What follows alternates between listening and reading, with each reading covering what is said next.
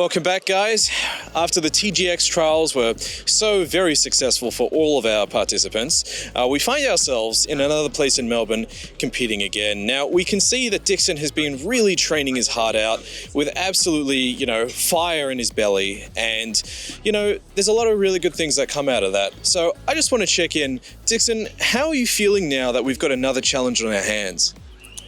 Last one was warm-up. I was easy on you guys. This time is the real deal. And I think, this time it's going to be more competitive because I don't know if you've noticed, but where's Zaza? Zaza didn't rock up, huh? Too scared? Too chicken? No, I'm pretty confident for this run that I will show my true dominant force. And to you, Marnik, how are you feeling about today, especially with Dixon's previous results?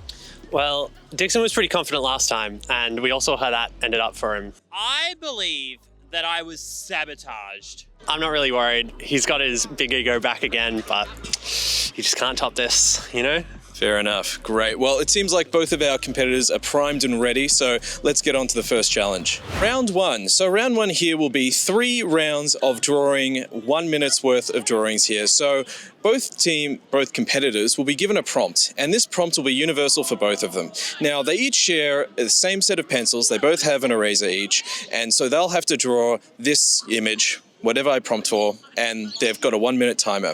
Now, after these 3 drawings are finished up, what we're going to be doing is having a very special art judge taking a look at these and judging who did the best on these. I'll say the prompt, and after the prompt is done, you've got 1 minute, okay?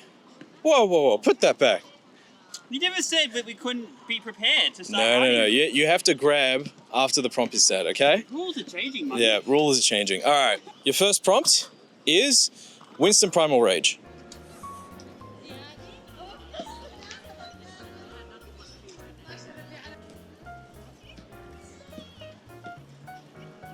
And time. Wow. These look beautiful. So, round 2 is Torbjorn smacking his turret.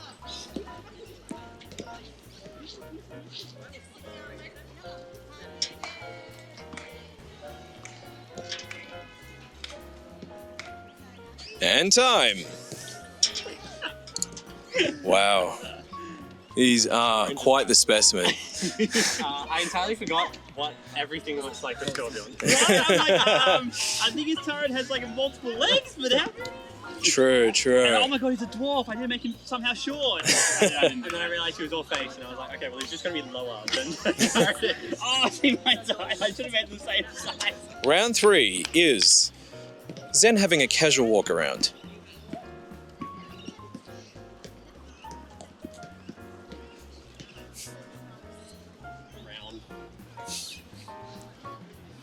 I literally cannot remember what Zen looks like. All right, time's up. What does Zen look like? You play Zed, how do you not know? Because I look play at the guy you're playing. That's exactly right. See, I've got Liam's Zen, so photographic memory. Oh, the sash, yeah. All right, so now that round is up, we're having to give a bit of judgment. Now, I do have a special guest with me today, Dee's very own artist herself. Chomi, if you'd like to reveal yourself right now, that would be absolutely fantastic. Hello. There she is. Okay, so she's going to take a little bit of a look at these beautiful masterpieces, and we'll come up with a final discussion here and figure it all out. So, what does Winston use to primal? Winston uses his own body to primal. It's when he gets really angry, upset. It reminds him of the time that he lost Dr. Harold Winston, who he got his own name from. And so he gets really mad, really angry, and starts smashing.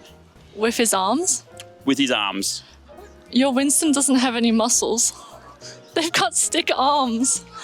Yes, but as you'll notice, the entire of what I've drawn is in a certain artistic style.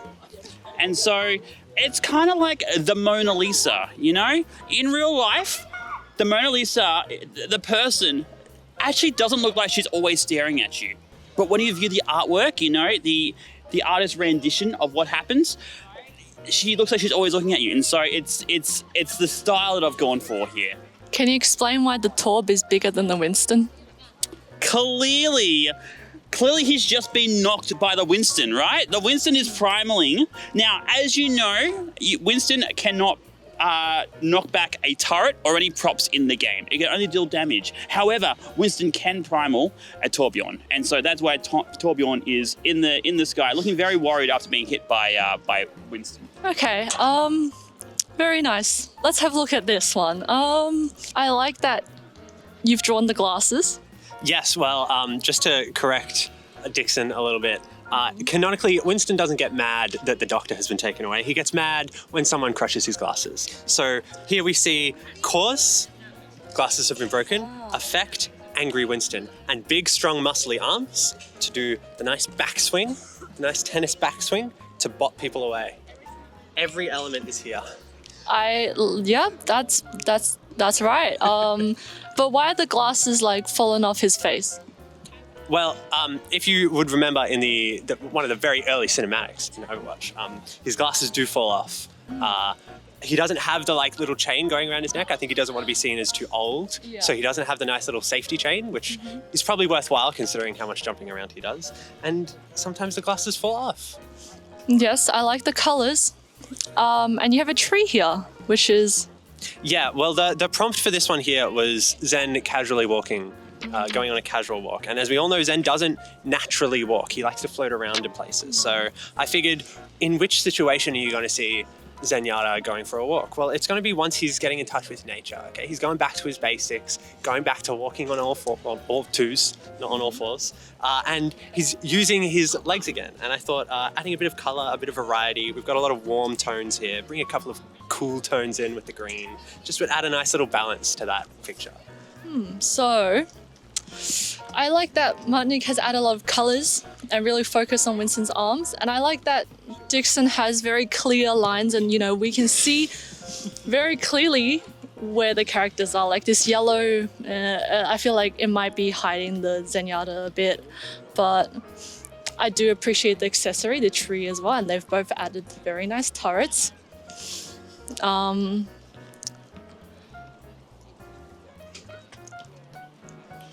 Okay, we have a winner, as decided by our prestigious judge.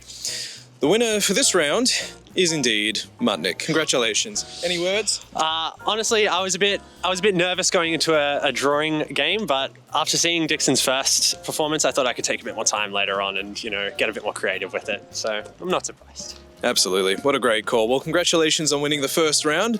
We'll jump into the second in just a moment. So going into round two, we're doing something a little bit different. So using the papers that they just drew on, and we'll know which papers they are. You know, we saw Dixon's Torb, you know, big old fella.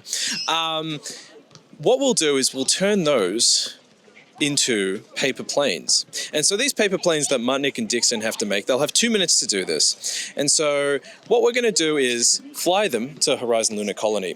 So we'll have a phone on the ground with an image of Horizon there, and essentially they'll take turns one at a time to fly their plane, right? The closest to Horizon Lunar Colony wins this round. Going into round two, we'll have Dixon making his plane first. We'll give him a nice timer of 2 minutes, so that'll give him plenty of time to make the perfect aircraft. So, on your marks, get set, go.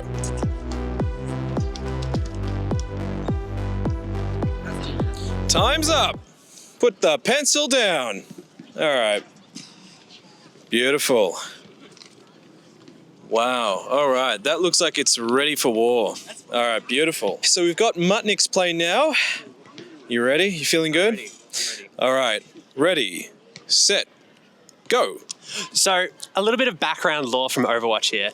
When Winston escaped from Horizon Lunar Colony and made it back down to Earth, he used a spaceship that went, from the colony, came back down, and Wrecking Ball actually used a different method, which was to have a ball shape which tailed along behind the spaceship. So what I'm going to do here is I'm going to make a ball shape to tail behind Winston's spaceship, and hopefully this will work a lot better in this windy environment, which is terrible for airplanes. And that's my airplane. Thank you very much.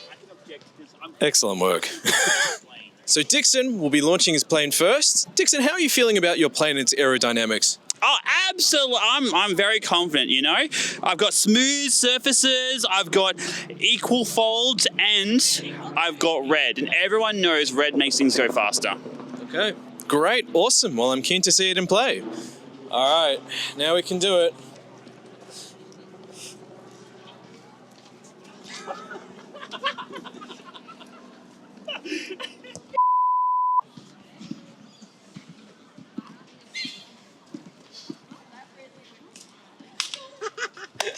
Yeah! Woo! Beat that! Well done. Beat that! Should I ask you about your plane first? Or not worth Anything it? left to say? Yeah, not really. Not really. God, I hope it goes that way. Yeah.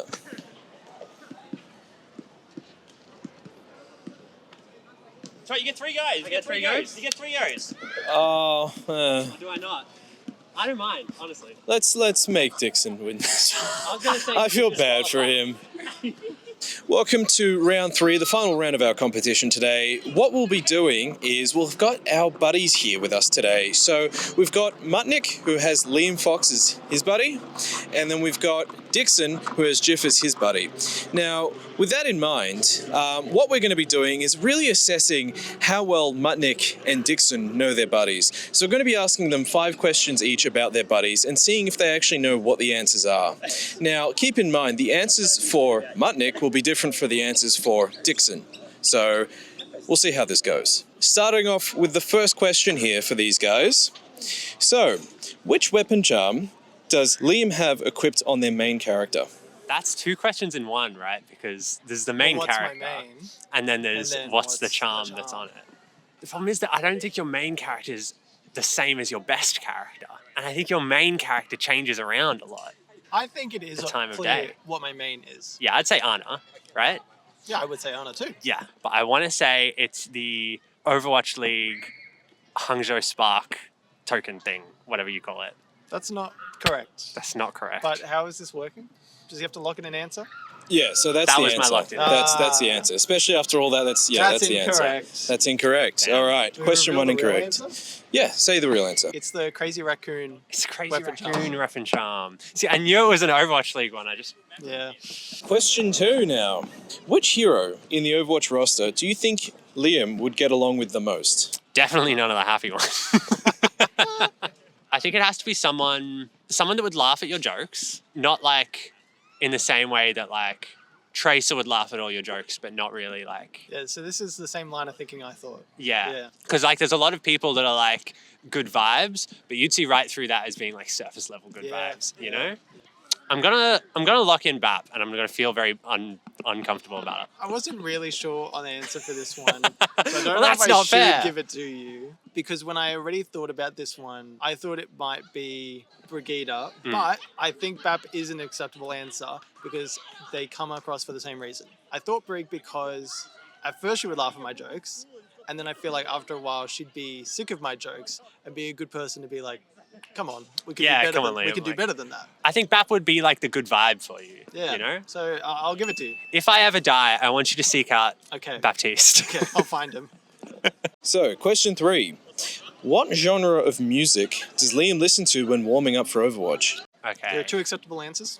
I feel like if I listened to your type of music, I would listen to Eurobeats to warm up to Overwatch. Because for me, I need to get amped up for Overwatch. Like, you know, we're gonna be Yeah. making lots of noise, having lots of energy, you know? And I feel like you do come in to scrims with that energy. So long as you've eaten. Anytime Liam hasn't eaten, if Liam hasn't had a full meal before every official, he will be angry at everyone. Yeah, can we have a Snickers? I might lock in Eurobeat. I think there might be like rap or something else that could like, but I don't think it's quite the warm-up vibe. That's a good answer, and I like it, but I don't. The most acceptable answer is no music, because I don't listen to any music when I warm up. I don't listen to any music when I warm up. When I do occasionally warm up for Overwatch and like get in the mental, it's actually rap. It is rap. Okay. Yeah. Yeah. Question 4. So, what game mode does Liam enjoy Stadium. the least in Oh, Overwatch? no. Well, Enjoy the least. Enjoy the least. I think you want to enjoy Stadium more than you do. That's true. I don't think you would have put your answer as Stadium. I think the game mode you enjoy least is probably Escort, because the Escort maps have your least favorite maps. I think you need to think broader Um, about this. Take a bigger mind to the Overwatch Yeah. experience. Yeah. If I think about the maps that you've like ranted about, it's like Paraiso, which is hybrid. It's often the maps that are a little bit like locked into specific things. If I made you rank all, like do tier list of all the different maps and then like scored them all. I think the one with the lowest score would be Escort. I think this is a hot take for you, but I think it might be what it is, which is Koth. I think Koth has a lot of things that you hate about it. Am I correct? No. That's so wrong. It's so wrong. That's so wrong. Again, 2 answers: Stadium or Stadium Clash. or Clash. I hate Clash. It's the worst. Yeah. And Stadium sucks. Yeah, but you play it so Yeah, but it much. sucks. But why do you play it so It's much? so tempting. No point there. So far we've got 1 point and we're up to question 5 now. Okay, so this is the last question. What is Liam's most played game on Steam? I don't think you even know this. On Steam. I think you could figure it out if you think really hard about what Yeah. you have seen me play on Steam.